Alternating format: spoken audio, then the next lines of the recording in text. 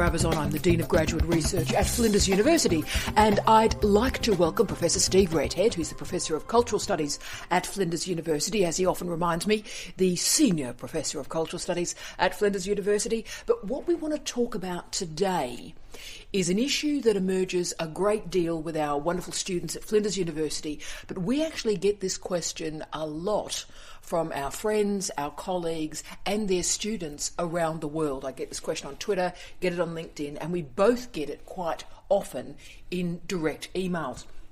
And that topic that we want to talk about is co-supervision.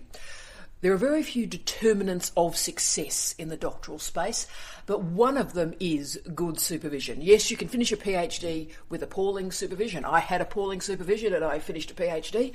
Maybe that's how I've ended up with my current role. But can I also say, if you've got a great supervisor, you complete quickly, you've got support for the rest of your career, it's a terrific thing. And so that's supervision.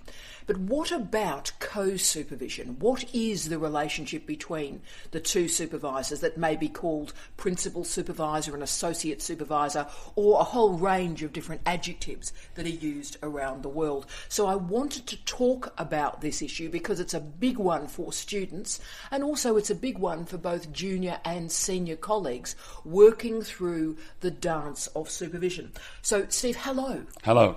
And we, of course, do supervise together, but this may be a surprise for podcast listeners. We've only done that very recently in our academic career. You and I had a whole trajectory and career of successful supervision, me as a sole supervisor, because it was the Australian system, and you as a principal supervisor in the British system. But our first co-supervision was in 2012. The wonderful Lee Wright, now Dr. Lee Wright, at the University of Bolton. Big hello to all our wonderful friends in the Northwest and at the University of Bolton. We love that place very, very much. But that was a very specific supervision, wasn't it? She was under the pump. She wasn't getting any support from the institution at all. And Lee really needed two very senior and experienced supervisors, and she was doing, if you remember, a PhD by prior publication. Her research career had been interrupted by child caring responsibilities, and so this was her last opportunity and option to move through. But what was your memory of why we decided to co-supervise that particular case at that time? I'm struggling to remember, but I was a visiting professor of accelerated culture at the University of Bolton, and I really did supervise postgraduate students at the University of Bolton. That's really what my main role was, and as a mentor. And I suppose because I was there and you were a professor and head of school there, we probably said this can be done together. Yes, and it was fashion, and that was the first time. And really. The topic was fashion and fashion and cultural studies. Yeah, and that's high right. It theory. fitted. Yeah, and no one else could have done it probably. That's right. So I think it was a content decision. We both happened to be there, and also I think she had cited your work throughout her career on fashion. Had used some of my work as well. But also she was under the pump. She wasn't getting support. So two senior staff members created a bit of space, a bit of a wedge for her to create that research space. And I think she's gone on to a wonderful post now in Liverpool, and we wish Lee incredibly well. But that first example I've used, Steve, because when should a co-supervisory team be put in place? Yeah, it's a difficult one. I mean, I certainly, I've supervised 33 PhDs to completion now. There's another 3 that are being submitted at the moment, and then I'm supervising another 3 currently. There was perhaps 3 or 4 over my career that actually slipped away, where I supervised people and they didn't finish. But that's quite a substantial number, and the vast majority of those were done through co-supervision conditions. And for a decade, I was on the CNA, the Council for National Academic Awards in the UK, and the system at that time, the CNA system, which was really quite pervasive, was that you should have 2 supervisors for a PhD. Now, why? And the idea was that you had someone who was experienced and that a second supervisor who learned on the job. And that system was really institutionalised in what became the new universities in the UK, or the post-1992 universities. And I think probably that system has become embedded in many ways. So you do get that idea that there's a principal and a support one, which is the system at Flinders, for example. It is. But, systems differ. I must admit that I was sceptical. When I was on the CNA, I was sceptical about having 2 supervisors, and in some cases 3 or 4 or whatever, yes, and being part of those systems. But over the years, I got more and more used to being a co-supervisor. And I suppose, particularly at the moment in Flinders, we're supervising together for many of these postgraduate students, but partly because we're here. We're senior supervisors and have completed a lot, and we're experienced and we know what to do. And but the also, students are seeking us out too. That's right. Also to because in the areas that we work in, I mean, there are no other people in cultural studies at Flinders, for example, so you couldn't do it. That's right. The students literally couldn't be supervised. Yes. So I think the issue is really what is it about co-supervision that produces success? So I'm slightly turning your question round, and I'm not sure about that. I think it's quite random. Well, let's pick that up a little bit, because my first 26 completions, which were all at Murdoch University, it was a really boom period for cultural studies at Murdoch. My first 26 completions were all sole supervision. Yes. I'll say that again, sole supervision. So in a lot of Australian universities, perhaps at the posher end, to be frank with you, which Murdoch University was at that point, there was a commitment that this is a bright person who knows what they're doing. They don't need to be checked and verified. Yes. They can get students through in 3 years. Yes. Having said that, the bit of that system that was important that was, if you didn't get the students through in 3 years, if something went wrong, there was hell to pay. So you'd be brought before your head of school, brought before the dean. You would be basically shamed, take the shame. So you were left alone as long as you delivered in 3 years. If you didn't deliver in 3 years, there was hell to pay, right? And so that system worked very well. And indeed, the international data, Steve, shows that the most successful supervisory model that creates completion in the minimum time is actually sole supervision. But the trouble is it's also the riskiest. Because if that relationship breaks down, if you're the sole supervisor and the student and the supervisor have a row, then the carnival is over. So I think what the CNAA was trying to do was hedge their bets and protect the student experience. Is that fair enough? I think it was, but it was also quite patronising, really. And at that time, the polytechnics in the UK were seen as places where there wasn't experience, but that's actually not true. In areas like socio-legal studies or cultural studies that I was working in, or criminology, actually some of the best work was being done in those what became new universities, and that's still true today, actually. But I think, in terms of co-supervision in general, I think it's hard to be to have some general direction. I can be very specific. Where the Manchester Institute for Popular Culture, which Derek Gwynn and I set up, for example, we set that up as a postgraduate research centre, and it was highly successful. We had international postgraduate students at a time when new universities like Manchester Metropolitan University didn't have them. And Derek Gwynn and I, partly because we'd worked together, not supervising, but actually teaching for a long time, probably 15 years by then, we actually had built a partnership which people actually wanted to come and see and be supervised by. That was extremely successful. But in some ways that was partly because we were very good friends, we worked in the same sorts of areas, and we'd actually taught together for 15 years. So, that was those were the conditions for the success of co-supervision at the Manchester Institute for Popular Culture up till about 1995. And I think it was very successful. But I'm not sure that you can generalise from that. But what I'm always interested in is that students are not more picky with their supervisors. I think they're so grateful to be entered into a university that they don't realise that they could actually be very clear about who their supervisors are. And I think as the lifestyle PhD increases, so people make a decision to do a PhD because it will add something to their life, not to their career. That's going to be an increasing area. Yeah, I think it is. And as international higher education becomes more competitive, I think really powerful supervisory teams that can create a good, and I'm going to use this word intentionally, service, can provide a good service for the students and finish them within 3 years. They are going to be a marketable force. So this is where the co-supervisory team, like you and Derek, and indeed you and I in many ways, we're creating that service for students. But I just wanted to raise it in terms of interdisciplinarity too. One of my first, I think it was my first co-supervision, again at Murdoch University, was with the wonderful Professor Michael O'Toole. You remember Michael? I do. Lovely human being. And we supervised Greg, who was investigating Russian television. Yes. And so I was the expert in television, so I brought television studies, and Michael, of course, was an expert in Russian formalism and spoke Russian. So that was, and we met weekly, and we both, and it was almost like a sort of three-way seminar. It was like the old Oxbridge tutorial, really. And Greg got through in 3 years. And both of us had an expertise. The other one didn't, and was based on intellectual generosity. He, of course, was a professor when I was a B-level academic, but it worked incredibly well. So in terms of interdisciplinary expertise, how important is this co-supervision? I think it is. I think that's exactly right. So, and my argument is that more and more people are doing interdisciplinary and even post-disciplinary work, which actually the departments and faculties of universities around the world aren't really in favour of. But the really interesting, innovative work is definitely in those sorts of areas.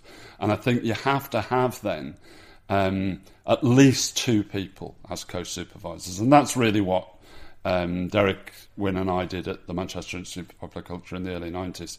We deliberately pooled our related but distinct expertise. Yeah, and I just think of a couple of examples we're doing at the moment that might help podcast listeners too. The wonderful Anne McLeod is a great example of that. Absolutely. So she is looking at early childhood education, so I have expertise in teaching and learning. Of course, I was a head of school of education when I first met Anne, but it actually is, yes, it's on early childhood and the early years learning and policy, educational policy, but actually it's a deep engagement with Terry Johnson's theory of the professions. Now, sociology of the professions. Now, I don't have that expertise, so really you and I, and you probably don't have a lot of expertise in the early years and andragogy and pedagogy and teaching and learning, although you're an expert in a lot of that. What I'd say is we separately supervise. We supervise together in a meeting, but we offer very different commentary each week. Yeah, different trajectories, which I think have been successful. And you couldn't have done it, I don't think, with one supervisor.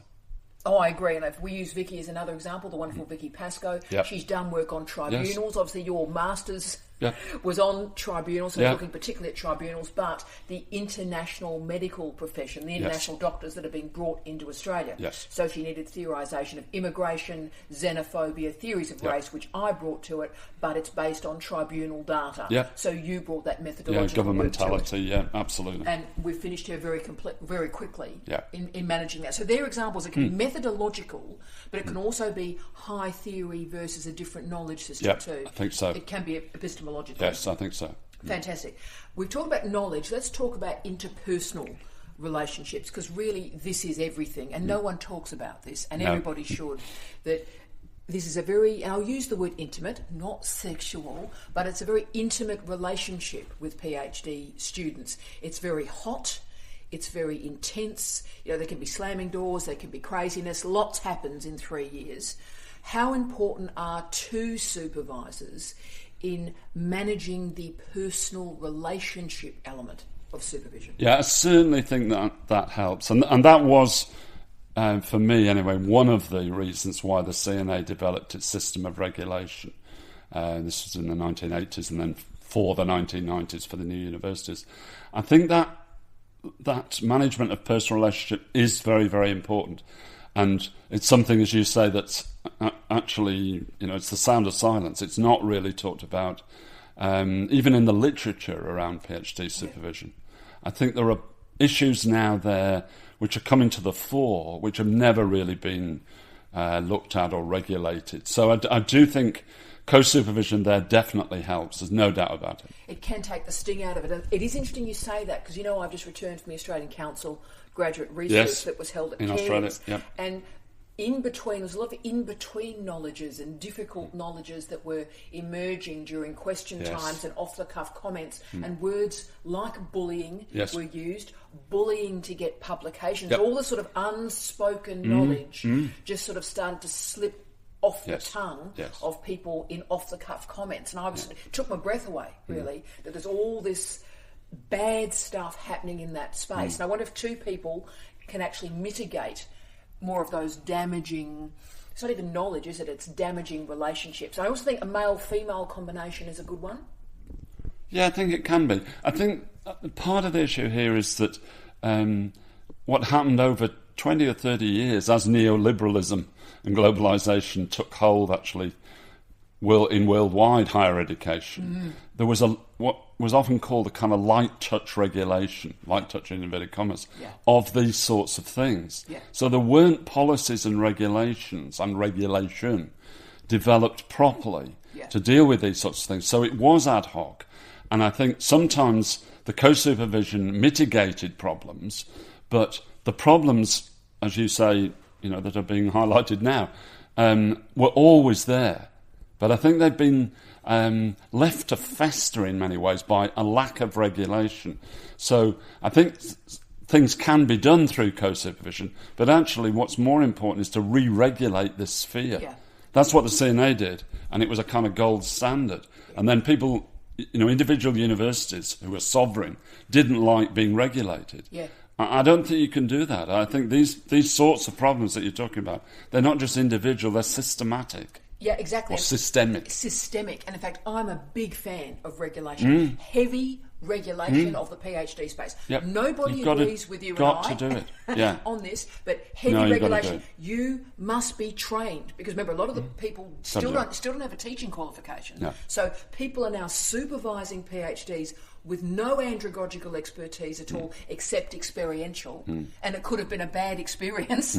But developing good co-supervision certainly is a help, but I think that's got to be done within a framework of proper regulation, and that's at a national level. National, and of course you and I have argued international level. We increasingly want the doctorate to be more meaningful as you move between the nation states, so that regulation is important. And certainly having Australia and New Zealand having synergetic standards isn't a bad way to start.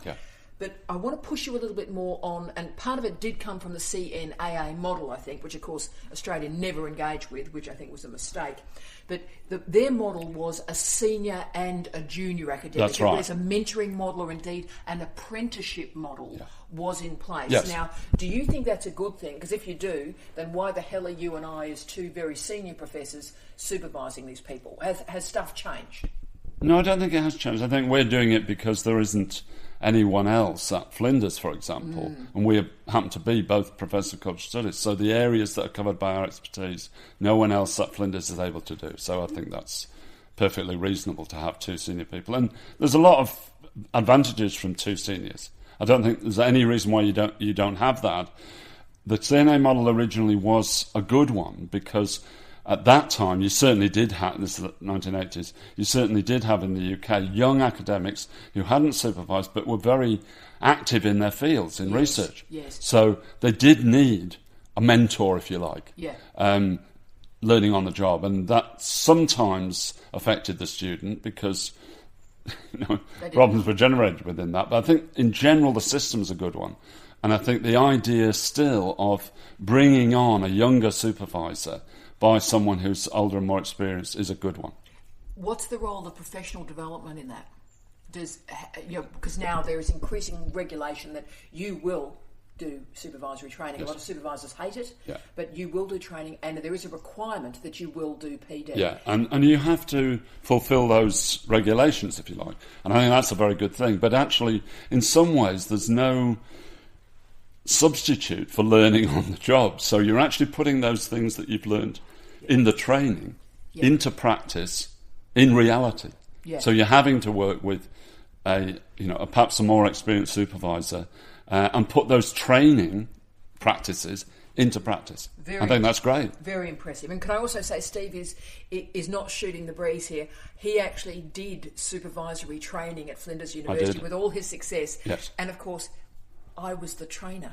So I had to train Steve. And can I say you were very intellectually generous with everyone around you? But also I learned a lot. I mean, I think if you can, I'm very experienced at this, but actually I learned a lot through both the training practices and, working with other people in scenarios that I actually hadn't thought about.